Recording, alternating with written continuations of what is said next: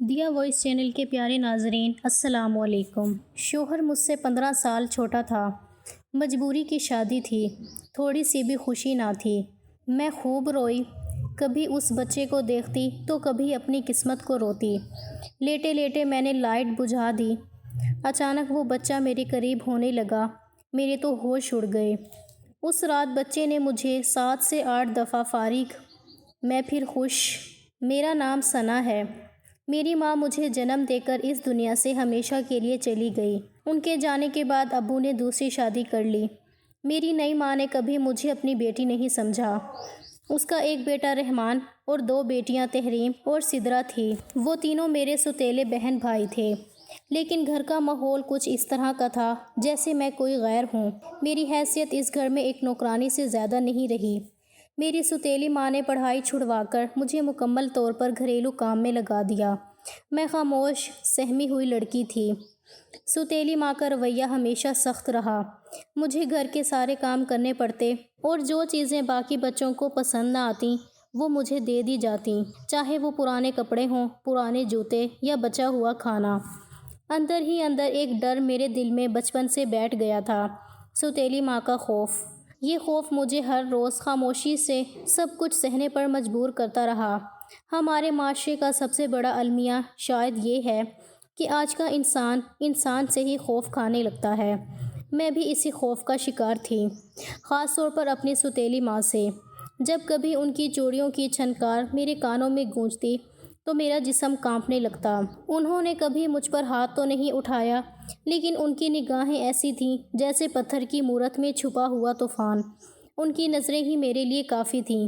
ایسا ہی ایک معمول کا دن تھا، میں اپنے روزمرہ کے کاموں میں مصروف تھی کہ اچانک گھر کے باہر شور کی آواز آنے لگی۔ ابھی ہم صورتحال کو سمجھنے کی کوشش کر رہے تھے کہ دروازے پر زور زور سے دستک ہونے لگی۔ ابو اٹھے اور دروازہ کھولا۔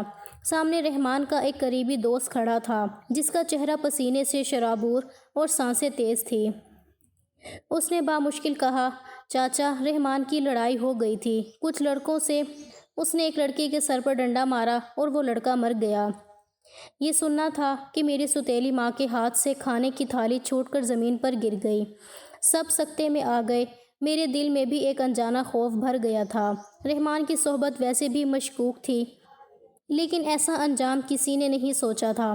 ابو سچائی جاننے کے لیے باہر نکلے اور کافی دیر کے بعد لوٹے تو ان کے چہرے کا رنگ سرد پڑ چکا تھا۔ اس کا مطلب صاف تھا، بات سچ تھی۔ میری سوتیلی ماں بے ہوش ہو گئی اور ہوش میں آئی تو رحمان لاپتہ ہو چکا تھا۔ قتل کے بعد شاید وہ پولیس کے ڈر سے کہیں چھپ گیا تھا۔ ابو کے سامنے اب صرف ایک ہی راستہ تھا، اس کے گھر والوں کے پاس جا کر معافی مانگنا، پر کوشش کرنا کہ مقدمہ درج نہ ہو۔ وہ لوگ دیہاتی گاؤں سے تعلق رکھتے تھے اور کافی غریب تھے۔ ابو نے سوچا کہ جو بھی خون بہا وہ مانگیں گے وہ ادا کر دیں گے، بس وہ لوگ مقدمہ واپس لے لیں۔ میرے والد ان لوگوں کے گھر پہنچے جہاں غم کی چادر تنی ہوئی تھی، فضا سوگوار تھی۔ انہوں نے آہستگی سے کہا، دیکھیں، میرے بیٹے نے یہ سب جان بوجھ کر نہیں کیا۔ وہ نادانی میں ہاتھا پائی میں الجھ گیا اور اتفاق سے ڈنڈا سر پر لگ گیا، جس سے خون دماغ میں جم گیا اور جان چلی گئی۔ ہم اس حادثے پر دلی افسوس کرتے ہیں۔ جتنا خون بہا آپ کہیں گے ہم ادا کرنے کو تیار ہیں، بس میرے بیٹے کو معاف کر دیجیے۔ ان لوگوں نے سنا اور پھر 50 لاکھ روپے کی رقم بطور خون بہا مانگ لی۔ میرے والد کے لیے یہ مطالبہ کسی بجلی کی کڑک سے کم نہ تھا۔ ان کے پاس تو 5 لاکھ کا بندوبست بھی مشکل سے ممکن تھا۔ وہ بھی قرض لے کر سخت پریشان ہو گئے۔ اسی وقت وہاں موجود پنچایت کے کچھ افراد نے مشورہ دیا، اگر رقم نہیں دے سکتے تو بیٹی دے دیں خون بہا کے طور پر۔ یہ سن کر میرے والد کا خون کھول اٹھا۔ غصے میں وہاں سے اٹھ کر کھڑے ہوئے اور سیدھا گھر آ گئے۔ سارا ماجرا میری سوتیلی ماں کے سامنے بیان کیا تو وہ ایک دم بولی، تو دے دو ثنا کو خون بہا میں، ہمارا ایک ہی بیٹا ہے، اس کی جان بچانے کے لیے اتنی چھوٹی سی قربانی نہیں دے سکتے۔ ان کے الفاظ میرے دل میں تیر بن کر پیوست ہو گئے۔ میری روح کانپ گئی۔ اگر ان کے بیٹی کی زندگی اتنی عزیز تھی تو پھر ان کو اپنی ساری بیٹیاں عزیز ہونی چاہیے۔ وہ ایسا کیسے کر سکتے ہیں؟ اس نے کہا، آپ 50 لاکھ دے سکتے ہیں یا رحمان کو مرنے دیں گے۔ سوتیلی ماں کا انداز سخت اور خود غرض تھا، اور وہ تو ویسے بھی ایک دن رخصت ہو جائے گی۔ تو اگر اس کے نصیب میں یہی لکھا ہے تو ہونے دیں۔ مجھے اپنے بیٹے کی زندگی بہت پیاری ہے، باقی مجھے کچھ نہیں معلوم۔ میرے ابو نے فی الحال انکار کر دیا۔ رات بھر وہ بے چین رہے، نہ وہ سو سکے نہ میں۔ جس گھر میں اپنی عزت، اپنی زندگی داؤ پر لگی ہو، وہاں نیند کہاں آتی ہے۔ ستیلی ماں میرے پاس آئی۔ ان کے چہرے پر افسردگی اور آنکھوں میں عاجزی تھی۔ میرے قریب آ کر بولی، بیٹا، میں نے کبھی تم سے کچھ نہیں مانگا، شاید میں تمہارے ساتھ نرمی سے پیش نہیں آئی، لیکن آج ہاتھ جوڑ کر تم سے ایک درخواست کرتی ہوں۔ اپنے باپ کو کہہ دو کہ تم خون بہا میں جانے کے لیے تیار ہو، میرے بیٹے کی جان بچا لو۔ وہ ابھی صرف 19 سال کا ہے، اگر اسے پھانسی ہو گئی تو میں زندہ نہیں رہ سکوں گی۔ آج زندگی میں پہلی بار میری ستیلی ماں نے مجھ سے نرمی میں بات کی تھی، لیکن وہ بھی اپنے مقصد کے لیے۔ اگر وہ شروع ہی سے اس طرح میرے ساتھ نرمی والا رویہ رکھتی تو یقیناً آج میرا دل پگھل جاتا اور میں قربانی دینے کو تیار ہو جاتی۔ اگر آپ کو اپنے بیٹی کی اتنی ہی فکر ہے تو اپنی کسی بیٹی کی قربانی دے دیں، کیونکہ وہ ان کا سگا بھائی ہے، میرا نہیں۔ زندگی میں آج پہلی بار ہمت کر کے میں نے اپنی ستیلی ماں کو دو ٹوک جواب دے دیا تھا، کیونکہ یہ میری زندگی کا معاملہ تھا اور میں جانتی تھی کہ خون بہا میں آئی ہوئی لڑکی کے ساتھ کتنا برا سلوک کیا جاتا ہے سسرال میں۔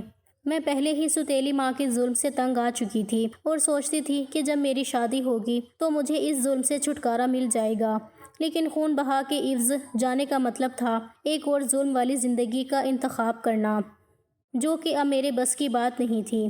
پہلے تو میری ستیلی ماں کا رویہ بات کرتے ہوئے نرم تھا، لیکن جیسے ہی میں نے ان کی بیٹیوں کا نام لیا تو وہ غصے میں بولی، خبردار، جو میری بیٹیوں کے متعلق ایسی بات کی، وہ تو نازوں میں پلی ہیں، تمہاری طرح فالتو نہیں کہ خون بہا میں دے دوں۔ پھر سے ستیلی ماں ایک دم طیش میں آ گئی، تو اماں، میں بھی فالتو نہیں، میں نے بھی صاف جواب دے دیا۔ ہم ابھی باتیں کر ہی رہے تھے کہ ایک لڑکا اندر داخل ہوا۔ چاچا جی، رحمان کو پولیس نے گرفتار کر لیا۔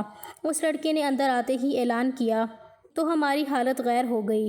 میرے ابا کمرے سے باہر نکل آئے اور آتے ہی بے ہوش ہو گئے۔ میں فوراً ابا کی جانب گئی، انہیں اٹھانے کی کوشش کی۔ میں نے ان کے منہ پر پانی کے چھینٹے مارے، جس سے انہیں ہوش آ گیا۔ میری ستیلی ماں بھی غش کھا کر گر پڑی۔ ان کی بیٹیوں نے انہیں سنبھالا۔ ابا، آپ ٹھیک تو ہیں نا؟ ابا کی حالت مجھ سے دیکھی نہیں جا رہی تھی۔ میری آنکھوں سے آنسو نکل پڑے۔ اس دنیا میں میرے باپ کے سوا میرا تھا ہی کون؟ اگر ابا کو کچھ ہو گیا تو یہ دنیا مجھے کھا جائے گی۔ کیسے ٹھیک ہو سکتا ہے وہ باپ جس کا جوان بیٹا پھانسی چڑھے؟ ابا نے اپنے دل پر ہاتھ رکھتے ہوئے کہا اور زاروں قطار رونا شروع کر دیا۔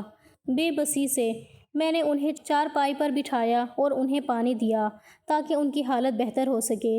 ادھر میری ستیلی بہنیں روئے جا رہی تھیں اپنے بھائی کے لیے، اور میں اپنے ابا کے لیے فکر مند ہو گئی تھی۔ ابا کی حالت سنبھلی تو وہ پولیس اسٹیشن چلے گئے۔ رات کو دیر سے واپس آئے۔ ان کی طبیعت مجھے بالکل بھی ٹھیک نہیں لگ رہی تھی۔ وہ مسلسل اپنے بائیں بازو کو دبائے جا رہے تھے۔ انہیں دیکھ کر میں چونک گئی، کیونکہ یہ تو دل کا دورہ پڑنے کی علامت تھی۔ میری آنکھوں کے سامنے ایک دم اندھیرا چھانے لگا، اس تصور سے بھی کہ اگر پریشانی میں ابا کو کچھ ہو گیا تو ہمارا کیا ہوگا۔ رحمان کو پھانسی ہو جائے، میرا جوان بیٹا پھانسی چڑھ جائے گا۔ کتنا بدنصیب باپ ہوں، کیسے میں اپنے بوڑھے کندھوں سے اپنے جوان بیٹے کی لاش اٹھاؤں گا؟ ابا نے روتے ہوئے کہا۔ اور میں کیسے اپنے باپ کو اس قدر اذیت میں دیکھ سکتی تھی؟ سردی کے موسم میں پسینے آ رہے تھے۔ وہ اپنے بائیں بازو کو مسلسل دبائے جا رہے تھے۔ انہیں سانس لینے میں مشکل پیش آ رہی تھی۔ اچانک ہی میرے ذہن میں ایک بات آئی جو فوراً میں نے ابا سے کہہ ڈالی تاکہ ان کی طبیعت سنبھل جائے۔ ابا، میں خون بہا میں جانے کے لیے تیار ہوں، میں نے اچانک کہا تو میری ستیلی ماں نے حیرت سے میری طرف دیکھا۔ نہیں بیٹا، میں تمہاری قربانی نہیں دے سکتا۔ کیا تم انسان نہیں ہو؟ ابا نے کمزور لہجے میں کہا۔ مجھے ایسا محسوس ہوا شاید دل سے وہ بھی یہی چاہتے تھے کہ ان کا بیٹا بچ جائے۔ ان کے پاس کوئی اور چارہ بھی نہیں تھا رحمان کی زندگی بچانے کے لیے۔ میری ستیلی بہنیں تو ہرگز اس قربانی کے لیے تیار ہونے والی نہیں تھیں، اور نہ ہی میری ستیلی ماں نے ان کی قربانی دینی تھی، کیونکہ میں جو موجود تھی۔ اگر میں موجود نہ ہوتی تو شاید میری ستیلی ماں ایسا سوچنے پر مجبور ہو جاتی۔ پھر وہی ہوا جو میری ستیلی ماں چاہتی تھی۔ میں اپنی باپ کی محبت کے آگے مجبور ہو گئی۔ میں انہیں اس طرح پریشان نہیں دیکھ سکتی۔ مجھے خون بہا میں دے دیا گیا اور میرا نکاح مرنے والے لڑکے کے چھوٹے بھائی سے کر دیا گیا۔ میں دلہن بنی گاؤں کے اس چھوٹے سے کمرے میں اپنے دولہے کا انتظار کر رہی تھی، اپنے ارمانوں پر خون کے آنسو روتے ہوئے میں نے اس گھر کی دہلیز پر قدم رکھا اور اپنی قسمت سمجھ کر قبول کر لیا۔ میں جانتی تھی کہ خون بہا میں آنے والی لڑکیوں کے ساتھ کتنا برا سلوک کیا جاتا ہے، مگر میں نے سوچا تھا کہ میں اپنے شوہر کو قابو میں کر لوں گی۔ اگر میرے شوہر نے میرا ساتھ دیا اور انہیں مجھ سے محبت ہو گئی تو میرے لیے زندگی کافی حد تک آسان ہو جائے گی۔ میں بے حد حسین تھی، میرے حسن کے چرچے پوری کالونی میں تھے، میرے پاس اور تو کچھ نہیں تھا سوائے اس خوبصورت چہرے کے۔ اس لیے میں نے سوچا تھا کہ میں اپنی اداؤں سے اپنے شوہر کو قابو کر لوں گی، اس طرح سے میرے لیے آسانی ہو جائے گی اور مجھے زندگی گزارنے میں کچھ زیادہ مشکل پیش نہیں آئے گی۔ لیکن میرے ارمانوں کا محل اس وقت زمین بوس ہوا جب میرا دلہا اندر داخل ہوا تو میرے پیروں کی طرف سے زمین سرک گئی اور سر پر آسمان گر گیا۔ کیا یہ میرا دلہا ہے جس کے متعلق میں ابھی سوچ رہی تھی؟ لیکن اسے دیکھ کر میرے سارے حوصلے پست ہو گئے۔ وہ میرے قریب آ کر بیٹھ گیا۔ وہ 16 سال کا لڑکا تھا اور میری عمر 27 سال تھی، یعنی وہ مجھ سے 12 سال چھوٹا تھا۔ لیکن میں جسے بچہ سمجھ رہی تھی وہ اتنا بھی بچہ نہیں تھا۔ اس نے آتے ہی مجھے پکڑا اور بولا، میرے بھائی نے اس کے بھائی کا قتل کیا۔ یہ کہہ کر وہ مجھے برے طریقے سے مارنا شروع ہو گیا۔ پھر تھوڑی دیر بعد میری ساس نندیں بھی میرا تماشا دیکھنے آ گئیں کمرے میں۔ مارو مارو سلمان، اسے مارو، اس کے بھائی نے میری کوکھ اجاڑ دی، مارو اسے۔ میری ساس کی آواز میری سماعتوں سے ٹکرائی۔ میرا شوہر سلمان جو مجھے مار مار کر تھک گیا تھا، میری ساس اسے پھر سے اشتعال دلا رہی تھی کہ وہ مجھے مارے۔ اماں آج کے لیے اتنا کافی ہے، کہیں مر ہی نہ جائے، الٹا ہم پر کیس بن جائے گا، سلمان نے کہا۔ تو میں یہ سن کر حیران ہو گئی۔ وہ تھا تو 16 سال کا بچہ، لیکن اس کی سوچ 40 سال کے مرد جیسی تھی۔ اس کا ذہن اس کی عمر سے بڑا تھا۔ اسے ایسا بنایا گیا تھا، یا شاید اپنے بھائی کی موت کے بعد وہ ایسا بن گیا تھا۔ وہ سب مجھے اس حال میں چھوڑ کر چلے گئے۔ میں کافی دیر وہاں بیٹھی اپنی قسمت پر روتی رہی۔ جب شروعات ایسی تھی تو آگے کیا ہوگا میرے ساتھ؟ میں نے کھانا بھی نہیں کھایا رات کا، اور مجھے کمزوری ہونے لگی بھوک کی وجہ سے۔ تھوڑی دیر بعد ایک عورت اندر آئی جس کے ہاتھ میں کھانا تھا۔ لو بیٹی کھانا کھا لو، میں سلمان کی چاچی ہوں۔ اس عورت نے میرے سر پر ہاتھ رکھتے ہوئے کہا کہ مجھے کسی فرشتے سے کم نہیں لگی تھی۔ اس وقت میں نے زمین پر بیٹھ کر کھانا شروع کیا۔ بیٹی اوپر چارپائی پہ بیٹھ کر کھانا کھاؤ، زمین پر نہ بیٹھو۔ اس عورت کا نام نسیم تھا۔ نسیم نے مجھے چارپائی پر بٹھایا اور میں کھانا کھانے لگی۔ وہ باہر چلی گئی۔ تھوڑی دیر بعد وہ آئی تو اس کے ہاتھ میں پانی تھا اور درد کی گولی۔ اس نے مجھے درد کی گولی کھانے کے لیے دی اور گولی کھا کر میں سو گئی۔ پھر آدھی رات کو کسی نے مجھے جھنجھوڑ کر اٹھایا۔ میں نے دیکھا تو میرا شوہر سلمان تھا۔ مجھ سے نفرت کے باوجود اس نے مجھ سے اپنا حق وصول کیا۔ پھر ایک نئی قیامت اس وقت میری منتظر تھی۔ ابھی میرے رات والے زخم ہی ٹھیک نہ ہوئے تھے کہ میری ساس نے مجھے کام پر لگا دیا۔ میں سارا دن کام کرتی رہی، لیکن خدا کسی کو بھی بے یار و مددگار نہیں چھوڑتا۔ یہاں میری مدد نسیم کرتی تھی۔ وہ میرا خیال رکھتی تھی۔ بہت سے کاموں میں میری ساس سے چھپ کر میری مدد کر دیا کرتی تھی۔ دن یوں ہی گزر رہے تھے۔ میں نے اسے اپنی قسمت سمجھ کر قبول کر لیا تھا۔ اس دوران ایک مرتبہ ابو مجھ سے ملنے آئے تو سلمان نے انہیں دھکے دے کر باہر نکال دیا۔ یہ منظر دیکھ کر میرا دل خون کے آنسو روتا رہا، لیکن میں بالکل بے بس تھی۔ ایک ماہ بعد میری طبیعت خراب رہنے لگی۔ میں نے ڈرتے ڈرتے سلمان سے کہا کہ مجھے ڈاکٹر کے پاس لے جائیں، لیکن اس نے آگے سے غصہ کیا۔ کہا کہ میں تمہیں تڑپا تڑپا کر مارنا چاہتا ہوں اور تم مجھ سے ڈاکٹر کی بات کرتی ہو۔ میں چپ ہو گئی۔ پھر میری حالت مزید خراب ہو گئی۔ میں نے الٹیاں شروع کر دیں۔ چاچی ایک دائی کے پاس مجھے لے گئی تو معلوم ہوا کہ میں امید سے ہوں۔ یہ خبر سن کر میری ساس آپے سے باہر ہو گئی اور سلمان کو بلایا۔ دیکھ سلمان، یہ لڑکی بد کردار ہے، ضرور اس کے پیٹ میں کسی کا ناجائز بچہ ہے۔ میری ساس نے سلمان سے کہا تو وہ خاموش ہو گیا اور چارپائی پر بیٹھ کر کسی گہری سوچ میں چلا گیا۔ بولو سلمان، تم چپ کیوں ہو؟ جان سے مار دو اس لڑکی کو، بد کرداری کا الزام لگا کر، میری ساس پھر بولی۔ لیکن سلمان نے کوئی جواب نہیں دیا، خاموش رہا، سر جھکایا۔ سلمان، تجھ سے بات کر رہی ہوں، میری ساس نے کہا۔ پھر اچانک میری ساس کو کوئی خیال آیا۔ تم خاموش کیوں ہو سلمان؟ کہیں یہ بچہ تمہارا تو نہیں؟ میری ساس نے پوچھا تو سلمان نے اسباب میں سر ہلایا۔ میری ساس جیسے سکتے میں آ گئی۔ وہ چارپائی پر بیٹھ گئی۔ یہ تم نے کیا کیا سلمان؟ اپنے بھائی کے خون کو بھلا دیا۔ اس لڑکی کے حسن و جمال کو دیکھ کر تم سب بھول گئے۔ میری ساس پھر سے غصے میں آ کر بولی، اماں بس کر دیں، زیادہ تماشا نہ کر۔ سلمان نے کہا، ارے کیسے بس کر دوں؟ اپنے بھائی کے قاتل کی بہن کو تو نے بیوی کا درجہ دے دیا۔ اتنا تو سوچا ہوتا کہ یہ تجھ سے عمر میں بڑی ہے۔ میری ساس غصے سے پاگل ہوئے جا رہی تھی۔ اس کا بس نہیں چلا، اس نے آگے بڑھ کر مجھے مارنا شروع کیا تو ایک دم سے سلمان نے اسے روک دیا اور میری ڈھال بن گیا۔ یہ منظر دیکھ کر میری حیرت کی انتہا نہ رہی۔ آج پہلی بار مجھے مارنے والا میرا شوہر مجھے بچا رہا تھا۔ قسمت کے اس رخ پر حیران تھی۔ پھر اس کے بعد سلمان نے میرا خیال رکھنا شروع کر دیا، میرے لیے پھل وغیرہ لاتا، مجھے کام کرنے نہیں دیتا۔ شاید باپ بننے کے احساس نے اس کا دل بدل دیا تھا۔ پھر آہستہ آہستہ وہ میرا گرویدہ ہوتا چلا گیا۔ وہ عمر میں مجھ سے چھوٹا تھا لیکن قد کاٹ میں مجھ سے بڑا دکھائی دیتا تھا اور میں دبلی پتلی سی لڑکی تھی، اپنی عمر سے کم نظر آتی تھی۔ میری ساس سے یہ سب برداشت نہیں ہو رہا تھا کہ سلمان میرا خیال رکھ رہا ہے۔ اتنے میں میری ساس کا ایک بھتیجا دوسرے گاؤں سے ہمارے گھر رہنے کے لیے آ گیا، جس کا نام فاروق تھا۔ مجھے اس کی موجودگی میں کچھ سکون نہیں مل رہا تھا۔ سلمان جیسا بھی تھا میرا شوہر تھا اور مجھے اس سے اب کوئی مسئلہ نہیں تھا کیونکہ وہ میرا خیال رکھنے لگا تھا۔ لیکن میں فاروق کے آنے سے کافی پریشان ہو گئی تھی کیونکہ وہ ایک خاموش تباہ انسان تھا۔ وہ کچھ بولتا نہیں تھا لیکن عجیب نظروں سے مجھے دیکھتا رہتا تھا۔ میں نے سوچا کہ اس کی شکایت سلمان سے کروں۔ پھر سوچا شوہر تھوڑا بہت جو مجھ پر مہربان ہوا ہے، میری تھوڑی سی غلطی کی وجہ سے وہ پھر سے بدگمان ہو سکتا ہے۔ لیکن جب سے یہ آیا تھا مجھے پریشانی کا سامنا تھا۔ میں جب بھی رات کو نیند سے اٹھ کر واش روم استعمال کرنے کے لیے جاتی تو دیکھتی کہ اس کی کمرے کی بتی جل رہی ہے اور وہ جاگ کر سگریٹ پی رہا ہوتا تھا۔ وہ اپنے کمرے کی کھڑکی سے مجھے دیکھتا رہتا تھا، یہاں تک کہ میں واپس اپنے کمرے میں نہ چلی جاتی وہ ہر وقت میری ساس کے ساتھ بیٹھا، نہ جانے کیوں مجھے محسوس ہوتا کہ وہ دونوں آپس میں رازداریاں کرتے ہیں، لیکن مجھے نہیں پتا تھا کہ وہ کیا باتیں کرتے ہیں۔ مگر مجھے احساس ہو رہا تھا کہ وہ کچھ نہ کچھ تو میرے متعلق ہی بات کرتے ہیں۔ پھر ایک دن رات کو پیاس کی شدت سے میری آنکھ کھل گئی تو میں باہر مٹکے سے پانی پینے کے لیے آئی، لیکن اچانک ہی فاروق میرے کمرے میں داخل ہوا۔ میں ابھی کمرے سے باہر کھڑی تھی۔ فاروق نے جھنجھوڑ کر سلمان کو جگایا اور اس سے کہا کہ تمہاری بیوی آدھی رات کو میرے کمرے میں مجھ سے کہتی ہے کہ میرا شوہر عمر میں مجھ سے چھوٹا ہے، مجھے پسند نہیں ہے، تم مجھے یہاں سے بھگا کر لے جاؤ۔ فاروق کی بات سن کر تو میری روح فنا ہونے لگی تھی۔ وہ یہ کیسا الزام مجھ پر لگا رہا تھا؟ میں نے تو اس سے کچھ بھی نہیں کہا تھا۔ پھر شور سن کر میری ساس بھی باہر آ گئی اور میری ساس نے بھی کہا کہ انہوں نے مجھے کئی بار فاروق کے کمرے سے رات کو نکلتے ہوئے دیکھا ہے۔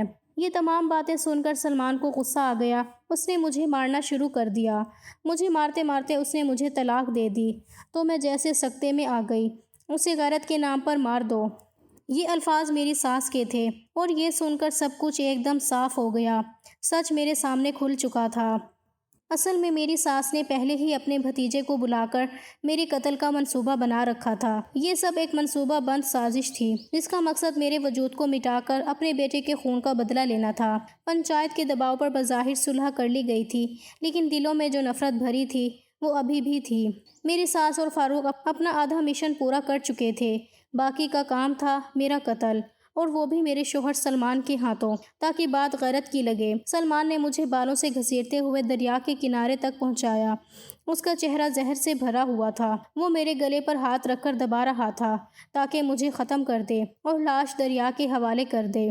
فاروق نے جلدی سے مداخلت کی، سلمان گلا مت دباؤ، سیدھا دریا میں پھینک دو۔ دیکھو سامنے پولیس والے کھڑے ہیں، اگر دیکھ لیا تو ہم سب پکڑے جائیں گے۔ اگر لاش ملی تو لوگ یہی سمجھیں گے کہ اس نے خودکشی کر لی ہے۔ اسی لمحے سلمان نے میرے بے جان جسم کو دریا میں دھکیل دیا۔ میرا جسم پانی میں ڈوبا جا رہا تھا، سانسیں ڈوبنے لگیں اور سب کچھ دھندلا ہو گیا۔ جب ہوش آیا تو آنکھیں کھولتے ہی سامنے فاروق کو بیٹھا پایا۔ میں حیرت میں ڈوبی ہوئی تھی کہ یہ کیا ہو رہا ہے۔ فاروق نے نرمی سے کہا، اور وہ میں نے یہ سب تمہیں بچانے کے لیے کیا۔ میری پھوپھو یعنی تمہاری ساس نے مجھے بلایا تھا تاکہ تمہیں مار دیا جائے، لیکن میں جانتا تھا کہ اگر تم اس گھر میں رہی تو ایک نہ ایک دن مر ہی جاؤ گی۔ سلمان تمہیں زندہ نہیں چھوڑتا، تو میں نے پلان بنایا، تمہیں دریا میں پھینکنے کا ڈرامہ کیا اور اپنے آدمی پہلے ہی سے وہاں موجود رکھے جو تمہیں نکال کر ایک محفوظ جگہ پر لے آئیں۔